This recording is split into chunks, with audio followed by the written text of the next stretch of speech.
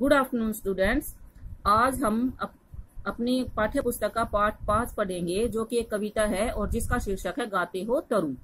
यह कविता श्री माखनलाल चतुर्वेदी द्वारा रचित है। इस कविता में कवि ने वृक्ष को धरती की धरोहर माना है, जो एक दाता के रूप में उपस्थित है, यानी वो सिर्फ हमें देता ही रहता है। इसका संरक्षण हमारी आवश्यकता भी है और हमारा कर्तव्य भी, यानी इसका रख रखाव करना, इसकी देखभाल करना हमारी आवश्यकता भी है और हमारा कर्तव्य भी है। प्रस्तुत कविता में कवि ने वृक्षों की इसी महत्ता का वर्णन बड़े अभिनव ढंग से किया है। सह सहकर ऋतुओं की मारे हर्षण हर्षाना, चिर सुगंध तरु गाते हो कितना जागृत गाना। कि निरंतर ऋतुओं की मारे सह सहकर भी, जो यानी सर्दी, गर्मी और वर्षा की जो अनेक प्रकार की ऋतुएं हैं, उनकी मार सह सहकर भी हे वृक्ष तुम हर पल हर्षाते रहते हो, यानी हर समय खुश रहते हो। चिर सुगंध तरु गाते हो कितना जागृत गाना, कि हमेशा हे वृक्ष तुम निरंतर सुगंध देते हुए कितना मनुष्य को जागृत रहने का गाना, यानी सतर्क रहने का गाना सुनाते रहते हो। हवा चली की डोल उठते हो, रसना पत्र खोल उठते हो, सधे मौन के बंधे मौन के मंत्र अनंत बोल उठते हो। जैसे ही हवा चलती है तुम हिलने लगते हो और अपने पत्तों को खोल देते हो। ये इस प्रकार से ये ऐसा लगता है जैसे मौन धारण किए, मौन में संधे हुए और मौन में बंधे हुए ये पत्ते अनेक मंत्र बोल रहे हैं। स्थिर हो गति में लगते हो जग का आना जाना, चिर सुगंध तरु गाते हो कितना जागृत गाना।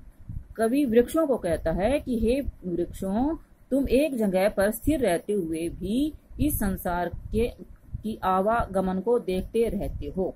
चिर सुगंध तरु गाते हो कितना जागृत गाना। कवि कहता है कि हे वृक्षों, तुम निरंतर सुगंध देते हुए मनुष्य को सतर्क रहने का जागृत जो गाना है वो गाते रहते हो। जड़ गंधों पर चिड़िया चहकी, डाली गंध पर भरी महकी, फल रस भरे फूल मन मोहे, झूमे हैं कुछ बहकी बहकी। तुम्हारी जड़ों और कंधों पर चिड़िया चहकती हैं और डालियों जो हैं उनके ऊपर फूल और फल मन को मोह लेती हैं। सब कुछ खोते हो खरीदते हो कितना पाना, चिर सुगंध तरु गाते हो कितना जागृत गाना। तुम अपना सब कुछ मनुष्य के ऊपर न्योछावर कर देते हो, बदले में उससे तुम क्या पाते हो। चिर सुगंध तरु गाते हो कितना जागृत गाना। हे वृक्ष, तुम निरंतर सुगंध देते हुए मनुष्य को सतर्क रहने का जो निरंतर गाना गाते रहते हो। नीचे कीच शीश पर बंदर, विषधर घूम रहे डालों पर, फूलों पर भोरों की भनभन, उड़न डिठोलने सी गालों पर।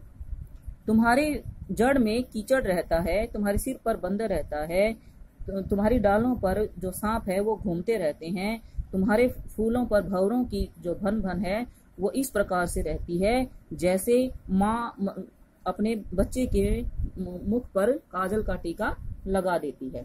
फिर भी शीतल रहने का तरु भेद बताना। इतनी बातें होने पर भी कवि वृक्ष से कहता है कि तुम अपने शीतल रहने का जो भेद है वो मुझे अवश्य बताना। चिर सुगंध तरु गाते हो कितना जागृत गाना।